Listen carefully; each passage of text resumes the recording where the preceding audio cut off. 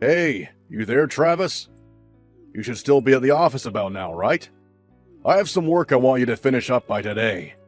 I put all the data into the cloud file. Start on it as soon as you're back at your desk. You got that? Yes, sir, Mr. Johnson. But to be honest, it's kind of hard for me to accept that assignment, sir. I'm already set to head straight home today. I mentioned it yesterday about not being able to work late today. Are you serious? You already finished work? Well, that's all out the window. Sorry, work comes before play. Just get it done, Travis. Got that? What's more important to you?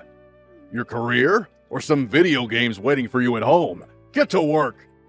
The work I just assigned you involves the president's meeting set for tomorrow morning. If you don't get this done, it will certainly affect your career. Wasn't that the presentation documents that the section chief assigned to you? I was there during the meeting. Don't you remember? Yeah, well, I'm sorry to say that both me and the chief have already left for the day. So that leaves you to take care of things. Really? Can't you get someone else? Like I said, this is material that's needed for the president's meeting tomorrow morning. I don't have to tell you how important that meeting is now, do I? Besides, there's nobody left at the office now. Except you, of course. If you don't get this done by tonight, and I'm telling you, Travis, your future is sure going to look bleak as hell. I don't know how much longer I can bear this. Do you realize that I've been working overtime until midnight for the last 2 months? There were even days I ended up working all night and continue throughout the next day. Yeah? So what? Everyone does overtime on occasion. You're not the only one.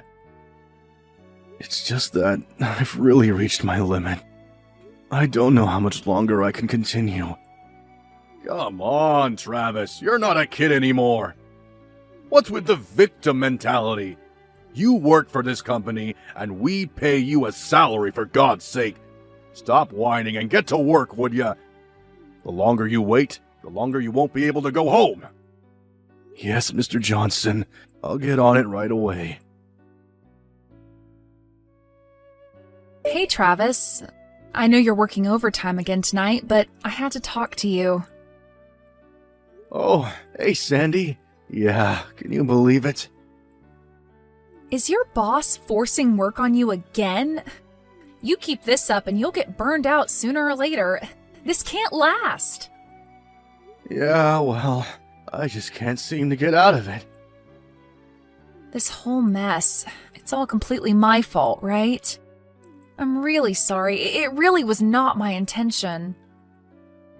What are you saying? This is not your fault, Sandy. It was all Mr. Johnson and that section chief, Mr. Blaine's fault. They should never have hit on you like that. Yeah, well, I suppose so, but you reported them to HR, and after a while, the top brass reprimanded them for how they were treating their staff members. Not really naming you specifically, but they knew, of course. Well, long story short, I was forced to resign. Isn't this whole mess making you work late hours payback for, as they would probably put it, snitching on them, right? I know you tried putting in a request for transfer to another department and even another branch office, but there's no guarantee when that will happen. I'm really sorry I got you into this mess, Sandy. Please, Travis, don't worry about me. I'm fine. It's you I'm worried about. Just don't push yourself too hard. I don't want you overdoing things. Just so you know, I'm working too, and you can just quit and find a new job. You've got plenty of potential. My dad was really worried too. Hey, Travis, you okay? Have we been cut off or something? Are you seeing this text? What's up? Are you there? Did something come up? Are you back working? Travis, answer me! Hey, Travis, you seeing this? I heard you were taken to the hospital. What the hell are you doing? You just dumped that work I assigned you. Those documents for the president's meeting today. Are you out of your mind? You really think this kind of scare tactic is gonna change anything? I mean, calling an ambulance while working overtime. Trying to highlight your ill treatment or something? Well, it isn't gonna work, buddy. According to the doctor, they say it's exhaustion. More like weakness, if you ask me. How can you become exhausted just for working a few nights of overtime? Stop your belly aching, Travis. You're such a fuss spot. Get a good night's sleep, and you'll be fine, for God's sake. It's my job as your immediate superior to discipline irresponsible employees like you. Show you how things are done around here. I'll stop by the hospital tomorrow morning with your laptop. If you don't want to get fired, I suggest you get to work, buddy. Hello, Mr. Johnston. It's been quite some time, hasn't it? Hasn't been long at all. Something wrong up there? You in the psych ward or something? We just talked at the office yesterday. This is Sandy, Travis's wife. You remember me, right? Say again? Sandy? Yes, I don't know your line address, so I'm replying to you on my husband's phone. I hope you don't mind. Sandy, I didn't expect to hear from you. You took me a bit off guard there. I didn't realize you were so impatient to talk to me. I don't blame you. So, I guess you thought it over and came to the conclusion that I was the better option, huh? Kinda late for that, but still. Aren't you a little worried of leaving a record of our intimate conversation on your husband's phone? Not worried of the consequence, huh? Which means... Would you stop forcing my husband to work every night? Huh? What are you talking about? I'm not forcing anybody to do anything. That ambulance? That was all my doing. I called them last night.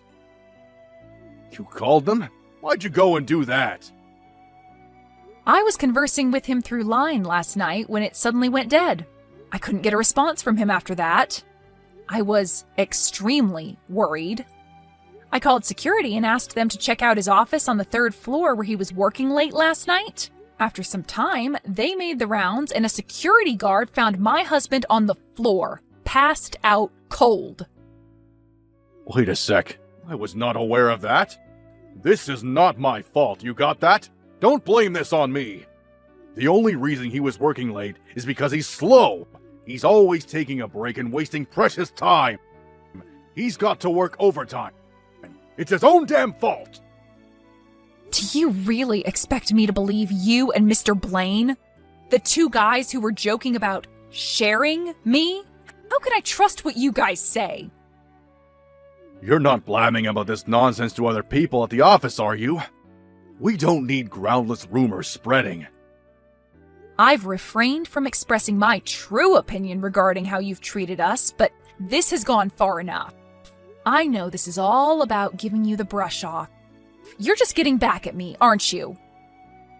Excuse me? How could you say that to your boss? You're not my boss anymore. You're twice as old as my husband and I. Don't you think it's a little cringeworthy for a middle-aged guy to be salivating after a young woman, a former staff member? You little ungrateful sneak! All I was trying to do was make office life easier for you, so you can do your job. To take you under my wing and teach you the ropes. That's all. Really? That was your intention? You seemed like you wanted more than that. That's why I refused. What was so wrong about that? I did my job properly and on time. There was nothing to fault me for. You think you're going to get away from insulting me like that, you spoiled brat? I've talked to my husband already. I'm recommending that he resign. What? Are you serious? Goodbye, Mr. Johnston. You really have nerve. You know that? You're just going to convince the guy that you rely on to live day and day to just up and quit, huh? Yeah, right. You do that, and you guys will be left homeless and penniless in no time. Good luck with that. You really screwed up, Sandy. I thought you were a bit attractive, and I thought I would give you a chance. but you decided to throw it all down the drain. I can't figure you out, but do as you like. I don't give a damn. Good morning, Sandy. Are you up? I just took a look at my smartphone. I didn't check it since 2 days ago. I see you had a little conversation with Mr. Johnson. Didn't go all that amicably, it seems. Yeah, right. Not a real friendly conversation, I suppose. I saw your phone on the bedside table and I was going to turn it off. Then I saw all those message notices on there that I just had to see what it was about. Could have been an emergency. Well, it was all Mr. Johnston. He was trash-talking you as usual. And after reading it, I just couldn't take it any longer. I just blew a fuse and just let my feelings out. I'm sorry. Don't be. When it comes to my well-being, you always tend to blow a fuse. I'm really sorry, Travis. I really shouldn't have gone off on him like that. Without first talking it over with you, but I just can't stand that guy. Don't worry about it. No problem. Actually, I'm thankful for what you did. Huh? You're okay with it? He was here earlier. He stopped by to drop off his laptop. Why'd he do that? He said I had a lot of time on my hands while I'm here. So he told me to get to work on some urgent documents. Wait, what? Are you serious? He was there this morning? Relax, Sandy. How can you be so calm, Travis? You're recuperating from exhaustion, for God's sake. And he's making you work? That guy needs a little more talking to. Yeah, right. But all the same, relax. Because you told him off, he made the mistake of handing me some helpful materials for my payback plans. Huh? What's the laptop got to do with your paycheck plans? You'll find out soon enough. I know this is all hard on you. But give me a bit more time, would you? Yeah, okay. If you say so, Travis. I'll leave it to you. But just don't do anything rash. You got that? Yeah, I know. Thanks, Sandy. Hey, Travis, are you still faking that exhaustion charade? About that assignment I asked you to finish up. I thought I told you to complete that by morning. I was expecting it to be uploaded to the cloud file, but it's nowhere in sight. What's going on, buddy? I'm having a meeting in an hour. I need those files. Do your job, for Christ's sake. Good morning, Mr. Johnson. I went all the way to the hospital to drop off my laptop, and this is the thanks I get? You lazy bum! I'm sure you noticed, but I'm lying in a hospital bed right now. Yeah, I can see that. But all you're doing is sleeping. You can move those fingers and tap away at that keyboard, can't you? I had the forethought to take that laptop to you so you can get your work done and save your job. Can't you see that, for crying out loud? I'm very sorry about this, Mr. Johnson. I know you need those files, but I was ordered not to work and to get adequate rest while I'm here. Excuse me? Am I hearing you right? I'll give your laptop back to you later, okay? You better have someone else work on those documents. What the hell are you even talking about? I never gave you such orders, and Mr. Bain didn't either. Oh, I get it. Doctor's orders, huh? The doctor ordered you to take it easy and not work, is that it? Yes, as you say, the doctor did say that, but... These doctors, they always exaggerate these things. You know that. Just ignore the guy, would you? Yeah, but this is a request from the company. And I can't very well ignore a request from the company now, can I? Or do you want me to just disregard company policy? Like I said, I never gave such an order. Are you deaf now? This is a request directly from the president of the company. Hold it a sec. What did you just say? The president? The head of this company? That's right. The president, CEO of the company. He contacted me directly and ordered me to rest and not work. Why in God's name would he do that? Why are you even connected to him? You're just a lowly staff member. Why would he even be aware of your presence?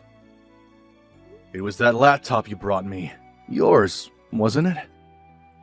Excuse me? The laptop I brought you? I have no idea what you're getting at, buddy. I'm sure you know, but about 10 days ago, the company set up a special online hotline that allows staff members to add comments directly to the president of the company. Don't tell me you went ahead and... Yep, that's right. I put in a comment.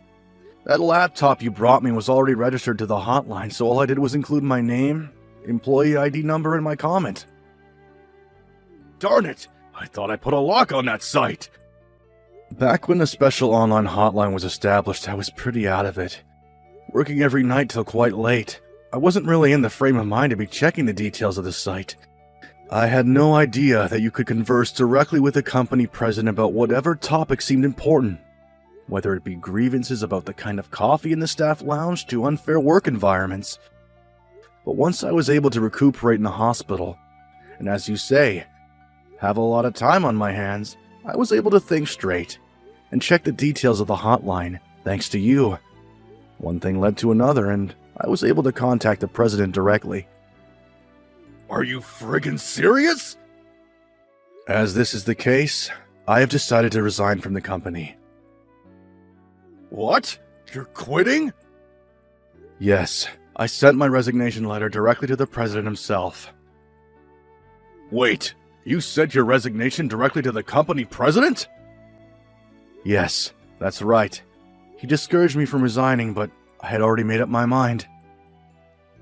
So, why the hell do you have to resign? My uncle owns a small company, and he offered me a job there, and I decided to accept. I decided on resigning and taking this new job, mostly because my wife urged me to do so, and the new job seemed a lot more interesting. Interesting? So this job you got now, it's not very interesting to you, huh? No, it's not. I gradually lost interest in the job. There was zero motivation or any sense of purpose in the work I was doing. So that's how you felt about this job? Are you making fun of our work here? No, not at all. It's just the motivating factor of the job, that's all. First, the senior management I'm supposed to respect and learn from try to seduce my wife. Then I try to help my wife by reporting it, and you guys enact revenge by making me work overtime day in and day out. Until I ended up in the hospital. Let me ask you this. Would you want to work in a company like that? I'm pretty sure I know what the answer would be.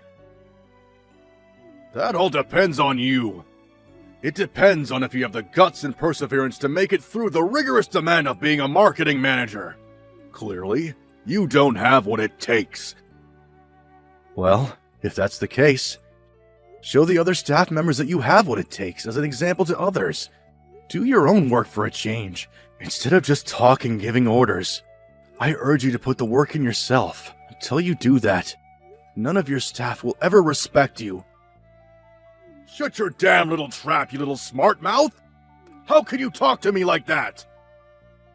As for me, I'm going to use up all my remaining paid holidays I wasn't able to use and resign. I think I'll rest up a bit before starting my new job. Oh yeah, almost forgot. I just talked to my lawyer. I'm planning to demand compensation from both you and the chief manager, Mr. Bain. So expect a letter from him in the near future. Compensation? Are you serious? Very serious. Like I said, my lawyer will contact you from now on, so I probably won't be seeing you again. Hold it a second, Travis. You can't do this! I can, and I will. Talk to my lawyer. It's been a pleasure working for you, Mr. Johnson. Goodbye. Well, after that conversation, Mr. Johnson and the chief manager came barging into the hospital demanding to see me, but were chased off by the staff. They made such a racket that the hospital even threatened to call the police. As they were leaving, Mr. Johnson shouted towards my room, The president can shove it! Or something to that effect. But as luck will have it, the president himself was visiting me right at that time and heard the whole thing. He was furious and rushed out to confront them in the hallway. Sandy was there too, and she said those two guys were as white as a sheet. They were practically on their hands and knees apologizing. The president was so angry, he later closed that sales office for good. The other staff members were transferred to other branches, but Mr. Johnson and Mr. Bain were both fired. They tried to get another job elsewhere, but since the president had a lot of connections and pull in the industry, their efforts failed miserably. I heard Mr. Johnson is currently unemployed, but still has considerable debt hanging over his head thanks to me. I later heard he was married but got divorced shortly after this incident. Apparently, he's working various part-time jobs now to make ends meet. Not sure what happened to Mr. Bain. He paid the compensation and just up and disappeared. As for me, I'll be starting that new job next month. So until then, I'm taking it easy. Sandy took a few days off. So, we're headed down to the beach over the weekend.